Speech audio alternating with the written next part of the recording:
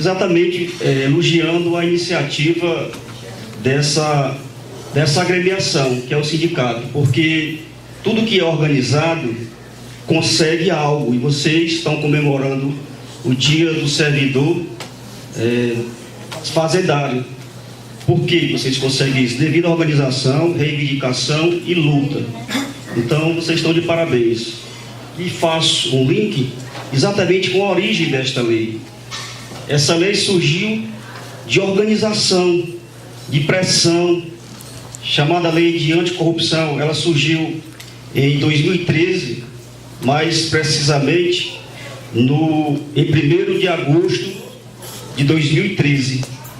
E teve um vacatio legis de 180 dias, passando a ter vigência eficazmente a partir do dia 29 de janeiro deste ano. Porém, a gente não tem muito conhecimento desta lei, porque ela não está sendo aplicada na prática. Então, quando começa a ser aplicada na prática, começa a ser badalada na imprensa televisiva, na imprensa de rádio e escrita, e a gente começa a despertar o interesse.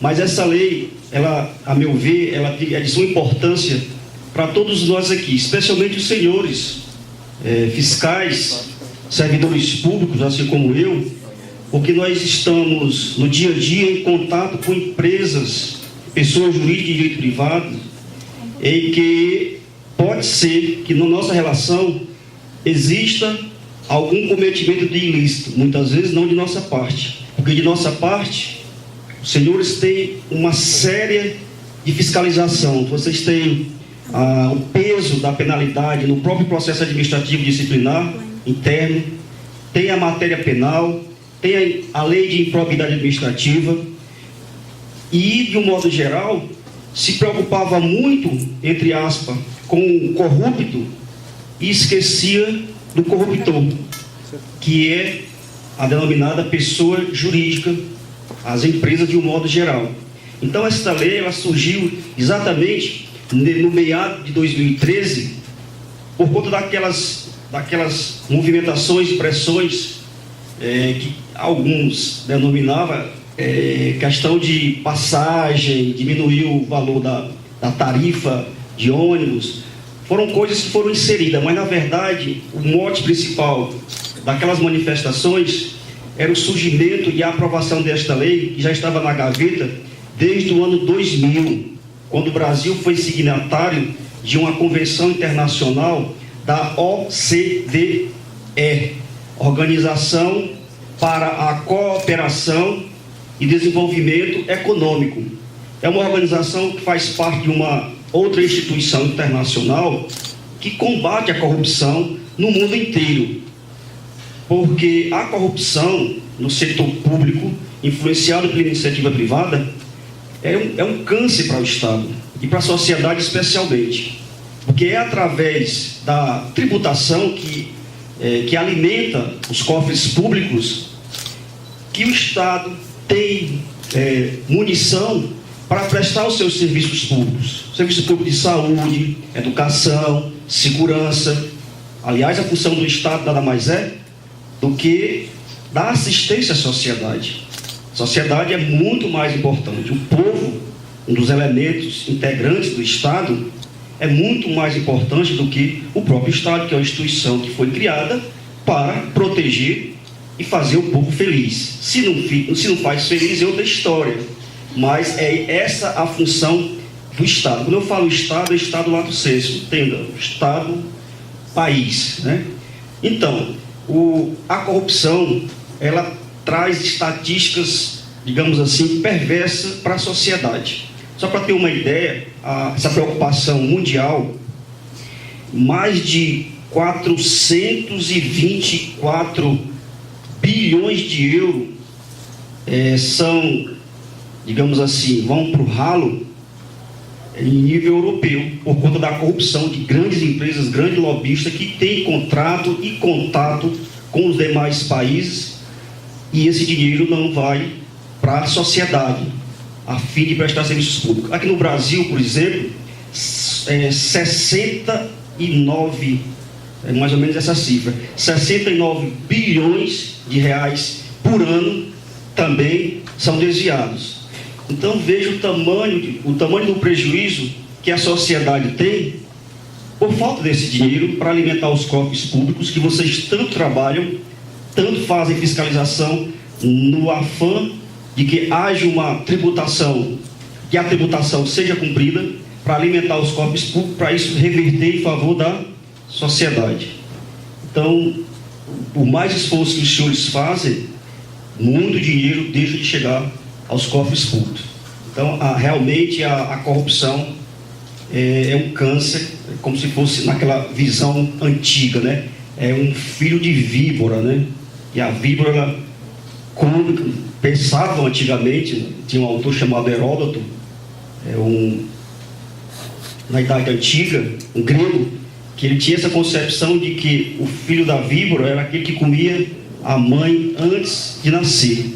Só que ele comia a mãe no afã de uma vingança do pai, porque acreditavam também que quando a mãe estava grávida, a víbora, ela comia o pai. Então ele comia a mãe para vingar o pai. Mas a corrupção, a empresa que faz isso, ela não tem vingança alguma. Na verdade, ela causa um mal injusto. Os filhos de víbora tiram a vingança da morte do pai. Nessa concepção de Heródoto, um escritor da antiguidade grega. Mas o corruptor, via de regra, a empresa privada, ela não tem nenhum motivo para fazer essa vingança. Na verdade, é a ganância de lucros e mais lucros. Pois bem, esta norma, o alvo desta lei, são as pessoas jurídicas, não é a pessoa física. Para a pessoa física, como naquele quarto quadrante ali, no último quadrante, já existe, continua existindo, né, aplicando normalmente, como eu coloquei ali, a concorrência de infrações, já continua existindo, não afasta. O servidor público corrupto, que é denominado corrupto, ele sofre sanção no âmbito administrativo interno, que é um processo administrativo chamado PAD, pode até ser demitido. Tem a ação de improbidade administrativa, que ela continua existindo por servidor. E também você pode perguntar, mas a ação de improbidade pode também atingir a pessoa jurídica. É verdade, atinge. Só que a lei não foi pensada para isso, que é uma lei de 92. Ela não foi pensada para isso. Ela chama as pessoas jurídicas de terceiros. O alvo dela, da lei de improbidade administrativa, é o próprio servidor, é o próprio agente público. Porém, esta lei, a anticorrupção, a lei 12.846, ela concorre às infrações que já existiam. Mas o alvo dela é a pessoa jurídica, que a gente já vai ver aqui no próximo quadro. Domingos, por favor. Então, eu vou fazer eu coloquei, é uma abordagem, é uma lei de 29, 30 artigos, não dá tempo de comentar todos, apenas eu vou apresentar para vocês, porque é uma lei que está com um ano de existência, mas a vigência dela começou a ser aplicada a partir de janeiro, 29 de janeiro desse ano. Porém, como eu repito, nós não temos muito conhecimento, porque é uma coisa que não pegou ainda. Primeiro que ela falta vários dispositivos, falta regulamentação. Nós vamos ver aqui que ela falta regulamentação. E alguns autores entendem que ela tem uma aplicação imediata. Tudo bem, ela pode até ter aplicação imediata, mas ela tem a necessidade, textualmente que ela diz, que depende de regulamentação, para na hora da aplicação da pena, existir a figura da delação premiada, que ela chama aqui acordo de leniência. Tem também a dependência de regulamentação, a existência na empresa do programa de compliance, ou seja, a colaboração, auditorias internas no intuito de ter uma efetiva fiscalização, que a pena poderá ser diminuída. Como a lei diz que esses institutos devem ser regulamentados, como nós vamos aplicar ainda essa lei se alguém disser, eu quero usar o programa de compliance, eu quero fazer um acordo de leniência? Como não está regulamentado, não pode aplicar essa lei. Eu entendo por isso. Alguns mais maldosos dizem porque nós estamos em ano de eleição, né? Não sei se eu prefiro ter a primeira opção, dizer que existem alguns dispositivos que dependem de ser regulamentados. Mas em ano de eleição jamais iria se regulamentar uma lei dessa, que a gente vai ter a oportunidade de passar de forma panorâmica, pessoas de várias formações, mas todos vocês têm uma ideia do que é a responsabilidade objetiva. Então, o alcance dessa lei são as pessoas jurídicas de direito privado. Nesse slide, realmente, quando botou no modo de apresentação, ele apaga uma faixa abaixo, que eram as perguntas que eu vinha fazendo, onde existe um asterisco, mas eu não lembro aqui da pergunta.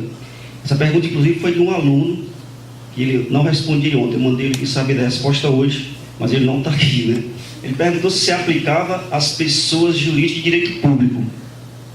Aí eu comecei a explicar assim, mas você vai ouvir amanhã. Bom, na verdade, como essa lei ainda não tem, acabei de dizer para os senhores, ela não está sendo aplicada, existem muitas dúvidas, existem muitos conceitos indeterminados, conceitos vagos dessa lei. Mas a intenção da lei foi para se voltar contra as pessoas privadas, porque em relação às pessoas jurídicas de direito público, a União, os estados, os municípios, suas autarquias e fundações, outra qualquer, já existem as leis para se aplicarem a elas. A intenção do legislador ao fazer essa lei foi contra as pessoas jurídicas de direito privado. Porém, é possível, eu não vou passar todos os artigos, mas é possível identificarmos algum dispositivo que deixa a transparecer que poderiam ser aplicados também em relação às pessoas jurídicas de direito público. Mas eu prefiro acreditar que as pessoas jurídicas de direito público estão fora. Aqui o alvo foram as pessoas jurídicas de direito privado. Porém, pessoal, existem na lei da licitação aquelas hipóteses de dispensa. A lei 8666, que acho que a colega brilhantemente apresentou antes de mim, passou um pouco sobre ela aqui. Existem as hipóteses de dispensa lá no artigo 24, que tem 32 incisos. Existem também as hipóteses de inexigibilidade nessa própria lei 8666, lá no artigo vizinho, 25. Nas hipóteses de dispensa, a possibilidade de ser dispensada a licitação por pessoas criadas pelo Estado, as estatais, que desenvolvam, por exemplo, de forma exclusiva, ou seja criada para desenvolver medicamentos, qualquer outro produto que sirva ao Estado. Então, quando o Estado vai fazer uma compra, pode fazer diretamente essa contratação com dispensa de licitação com essas empresas. Mas a gente pode raciocinar, e se existir mais de uma? Se existirem 3 ou 4 que o governo resolveu criar, uma no âmbito estadual, outra no âmbito municipal e 10 no âmbito federal, e todas explorem a mesma fabricação de medicamentos, com quem eu vou fazer? Ou seja, se ela corromper para vender esse medicamento, para fazer essa contratação direta, então ela está incidindo na lei da anticorrupção. Então poderíamos, perfeitamente, no desenrolar da aplicação dessa lei, poderíamos imaginar que numa situação dessa, pode sim alcançar as pessoas jurídicas de direito público. Mas eu repito, o alvo, a intenção do legislador foi tão somente as pessoas de direito privado. Mas por que essa lei sai com tantas imperfeições?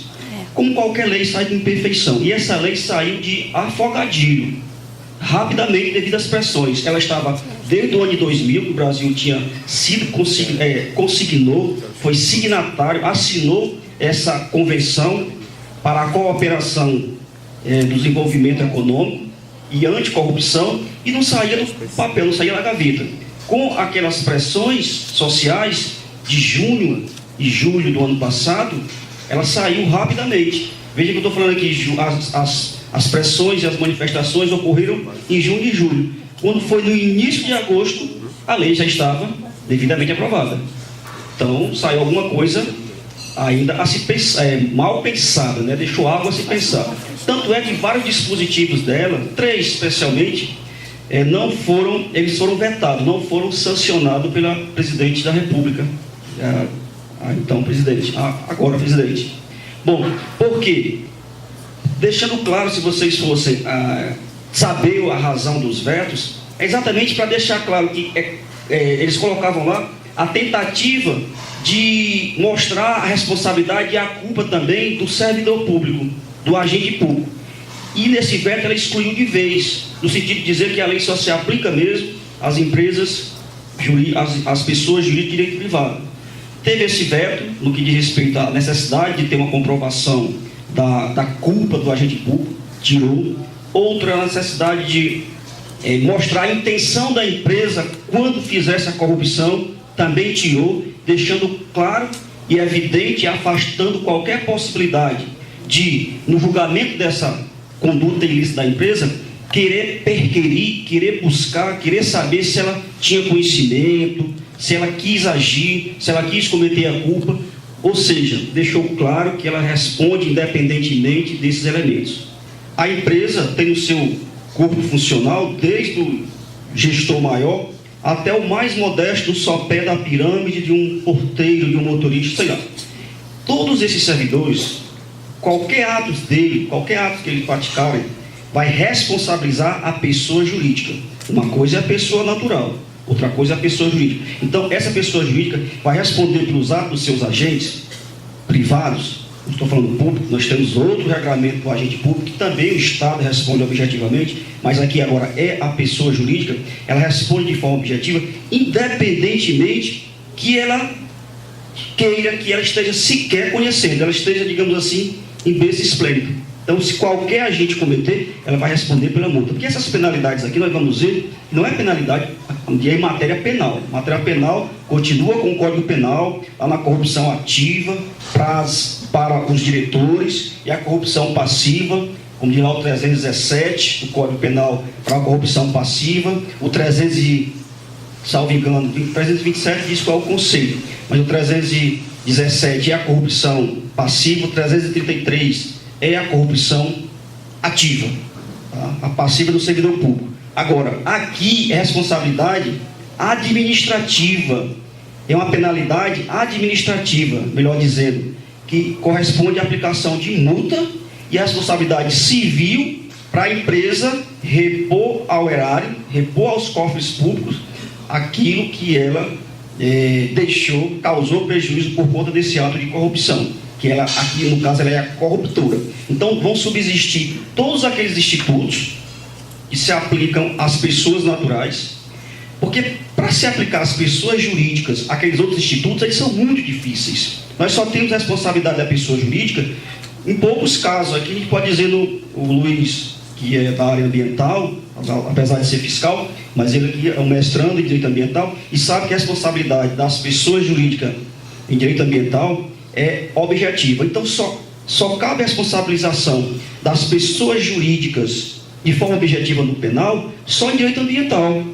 E a nossa jurisprudência nos tribunais ainda botou um ingrediente de dificuldade, desde que haja uma concorrência de culpa, de existência nem de culpa, de uma intenção de agir entre ela e o gestor. Porque se não ficar configurado isso, eles entendem que ela não age por si só, então não se aplica. Teria que ter um ânimos, digamos assim, dolante, um ânimos do dolo, tanto da pessoa jurídica, como da pessoa natural, que faz com que ela se movimente, com que ela haja.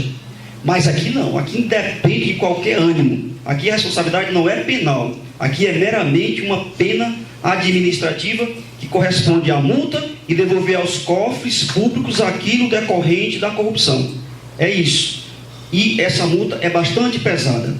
Essa responsabilidade objetiva ela tem também assento no próprio Código Civil. Como nós estamos falando aqui de pessoas jurídicas e direito privado, aplica-se o direito civil. Lá no artigo 927 do nosso Código Civil, ele vai dizer exatamente o que está dizendo o artigo 2º e o artigo 3º desta lei, que as pessoas jurídicas são responsabilizadas objetivamente no âmbito administrativo e civil pelos atos lesivos previstos nesta lei, praticados em seu interesse ou em benefício exclusivo ou não. Mas não foi exclusivamente meu. Eu tirei um proveito, tirei uma casquinha desse ato da corrupção, mas quem se beneficiou foi o meu agente, foi o meu, o meu motorista, foi o meu atendente. Exclusivo ou não, não interessa, ela vai responder com as mesmas penas. Aí o conceito mais ou menos de responsabilidade objetiva é no artigo 3º. A responsabilidade da pessoa jurídica não exclui a responsabilidade individual dos seus agentes, ou dos seus administradores, ou de qualquer pessoa natural, autora, coautora ou partícipe do ilícito. Bom, aqui ela está exatamente dizendo que, no que pese a pessoa jurídica responder nos termos desta lei, os seus agentes também vão responder civil, administrativamente, vão responder por improbidade administrativa, se for o caso, e penalmente. Ok? Domingos, vamos correr, porque eu estou vendo que é muita coisa. Operação societária. Aqui é um grande problema, porque não vamos nos delongar muito aqui, não tem espaço, mas vocês sabem que tem várias formas de composição societária.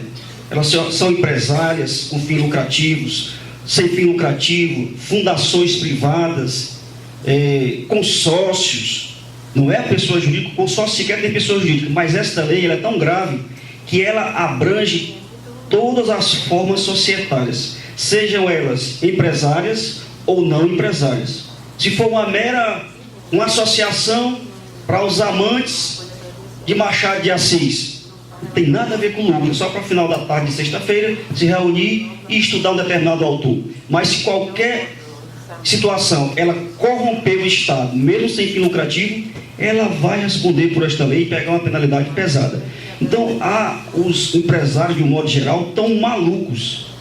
Eles ficam muito preocupados com esta lei, porque a empresa, sem querer, sem se beneficiar, não tem como ela cuidar de tudo ao mesmo tempo. Muitas vezes a empresa nem aqui está, ela tem uma filial e vai responder onde houver capilaridade dela. Esqueci até de dizer para os senhores, essa lei se aplica às empresas brasileiras e às empresas estrangeiras. Então, uma empresa multinacional, uma estrangeira que tem uma filial aqui, a sede dela, os seus gestores estão lá fora. Mas esta empresa vai responder por um ato de quem está aqui. Uma filial, uma sucursal, seja lá o que for. Olha o perigo que essa lei está causando e o medo, o temor que ela está causando para os empresariados de um modo geral. Tá? Então, percebam aí. Se de um lado, se vocês observarem a leitura, logo para a crítica, que é a observação, esses slides, inclusive, eu deixei com a organização, e se os senhores quiserem, eu autorizei disponibilizar no site, podem pegar, porque tem muita coisa que vocês, ao ler, e com essa noção que eu estou passando, vocês vão ter a oportunidade de conhecer melhor.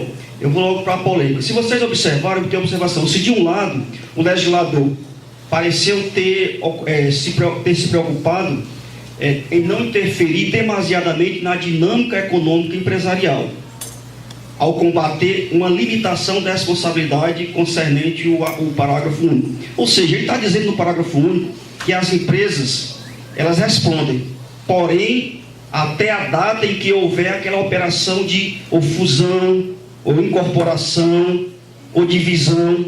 Tudo bem, o parágrafo primeiro, ele diz que ela responde objetivamente quando ela se fundir com outra, quando ela se incorporar a outra. Só que ela responde até a data daquele fato jurídico. Ora, se antes ela não tinha se incorporado, quem vai responder é a antiga. Tudo bem. Porém, o parágrafo 2º, que deveria limitar mais, não limitou. Porque o parágrafo 2º, ele diz, também vai responder, sociedades controladoras, controladas, coligadas, ou, no âmbito do respectivo contrato, as consorciadas. Então, pessoal, é muito perigoso. Ou seja, as controladas e as controladoras, tudo bem. Uma controladora responder por um ato da sua controlada, todo mundo entende, porque ela está superior. Mas uma controlada responder pelo ato de uma controladora, que ela é subordinada e não tem poder de decisão, ela pode sim responder. Então, isso aí, da controladora responder, a gente até aceita. Mas de uma controlada responder pela controladora, é meio difícil. Mas não para aí. O problema todo vem aí, consorciadas e coligadas. Pessoal, coligação de empresas é quando você, nos termos da lei 6.404, que é a lei das SAs, como tem também no atual Código Civil, vão dizer lá que empresas coligadas é aquela que detém apenas 10% do capital, ou seja, 90% é da outra. Como é que quem detém apenas 10%? O investidor, por exemplo. Quem é investidor é um perigo até para atingir o patrimônio de algum de vocês. Se vocês investirem num banco, e se esse banco cometer uma infração dessa, a pessoa jurídica banco vai responder com tudo que ele tem lá. Os investimentos que existem lá, vai responder. E somos nós coligados, muitas vezes, a ela. Corre a ter esse risco. Tem gente preocupada até nessas aplicações. Por exemplo, o Banco Nacional de Desenvolvimento Social e Econômico, BNDES, é o maior investidor, não só no Brasil, mas até no mundo inteiro, em certos empreendimentos. Pois o Banco Nacional de Desenvolvimento Social, por ser uma pessoa investidora, e olha que ele é uma autarquia, o patrimônio dele pode ir para o ralo, respondendo por uma empresa que detém o controle desses investimentos. Então, há essa preocupação. Essa lei, ela deixa, só na aplicação dela, é que o Poder Judiciário vai resolvendo e dando interpretação, caso a caso. A jurisprudência é quem vai dar muita solução prática e dizer qual é a interpretação dessa lei. Como ela está muito apressada, o Congresso quis dar uma solução para as ruas, que estavam, à época, pressionando. Mas essa é a preocupação. Então, veja, se você percebeu, o parágrafo 1º, era para ser o contrário. Porque no parágrafo 1º existe muito mais affectio societatis, ou seja, uma afeição, uma intenção de se associar, do que no parágrafo 2º. Se há mais intenção de se associar, a responsabilidade era para ser maior do parágrafo 1º. No parágrafo 2º, muitas vezes você não tem intenção de se associar com ninguém, apenas você investe. Mas não existe limitação desse valor desses investidores para responder pelaquela empresa. Se a empresa cometeu o ato ilícito, ela vai responder com o nosso patrimônio que lá está investido. Por exemplo, o BNDES. Pronto, uma boa resposta. O BNDES é uma pessoa jurídica de direito público. Ele poderá cair nessa lei, não diretamente, mas com o patrimônio dele. Então veja a preocupação que traz para essa lei. Por favor, Domingos. Tipificação dos atos ilícitos. Eu não vou dizer todos, só a cabeça mesmo, o caput. Os atos ilícitos definidos na lei de anticorrupção são todos aqueles que atentem contra o patrimônio nacional ou estrangeiro. Sempre eu coloco um asterisco ali, deve ter alguma coisa anotada embaixo, mas dessa forma aí não aparece. Bom, e contra os princípios da administração pública ou contra os compromissos assumidos pelo Brasil. Pessoal, no que diz respeito ao patrimônio público, é mais fácil e mais perceptível, que é a corrupção em si.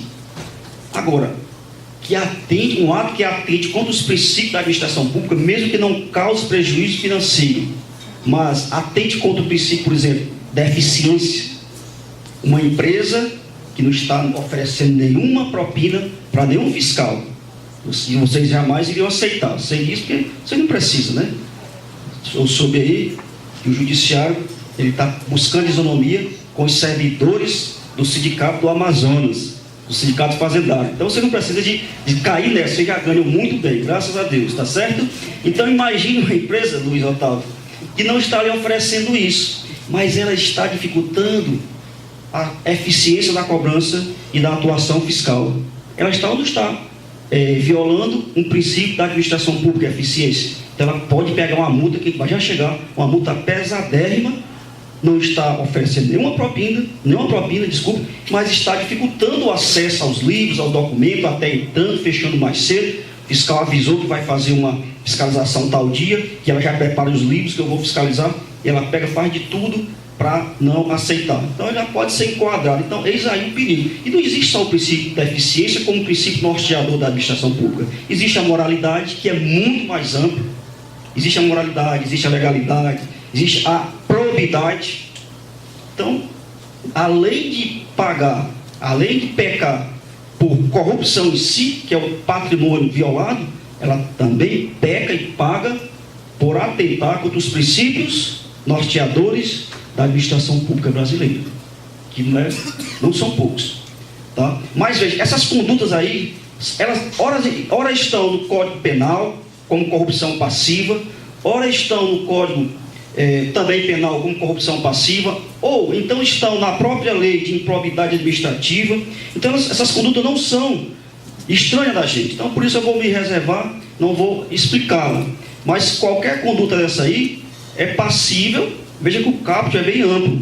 Aí diz assim definido, aí vem assim definido, mas é bem amplo. Eu fiz um pulo da 1, 2, 3, pulei para o 5 de propósito, porque o 4 é no próximo slide, Domingos, por favor, que também é um ilícito, e eu botei a parte, porque é tipificação também de ato de ilícito, só que é aplicada às licitações. De princípio, esta lei saiu mais para resolver essa problemática das licitações, que vocês sabem que nas licitações, via de regra, a empresa já vai atirar colo com mais 3 laranjas de lado para ganhar a licitação. Então vocês vão perceber que também essa conduta dos laranjas, seja em licitação ou em qualquer outra possibilidade, ela é pega. E na licitação ela criou um dispositivo e abriu várias letras. Então, no tocante a licitações de contratos, que é a Lei 8666, a Lei das Licitações de Contratos, existe também outro tipo de outras leis, a lei que fala do pregão, que é outra modalidade de contrato, tudo ali está incluído. Mas as definições são essa aí, ó. Frustrar, o fraudar, quase ninguém ouve falar isso, né? Impedir. Então, esses verbos são condutas que dão ensejo à aplicação dessa penalidade administrativa. Domingos, eu acho que vocês teriam interesse de um dispositivo, que é o inciso 5, está no slide anterior, se puder voltar, o inciso 5, ó, dificultar a atividade da investigação ou fiscalização de órgãos. Os senhores fiscais vão se deparar, talvez com muitas empresas no dia a dia, numa situação dessa aí. E se vocês denunciarem, se vocês levarem adiante essa conduta, a empresa vai responder.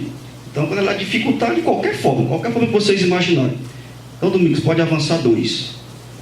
Sanções administrativas. Olha o que causa medo às empresas que sofrem essas sanções. Olha o tamanho da multa. Na esfera administrativa, o artigo 6º desta lei estabelece como sanção uma multa. É multa, tá? Não é pena de xadrez, não. Aí é outra história. Uma pena que pode variar de 1% até 20% do faturamento bruto, calculado no último ano anterior, né, do ano imediatamente anterior à ocorrência da instauração do processo.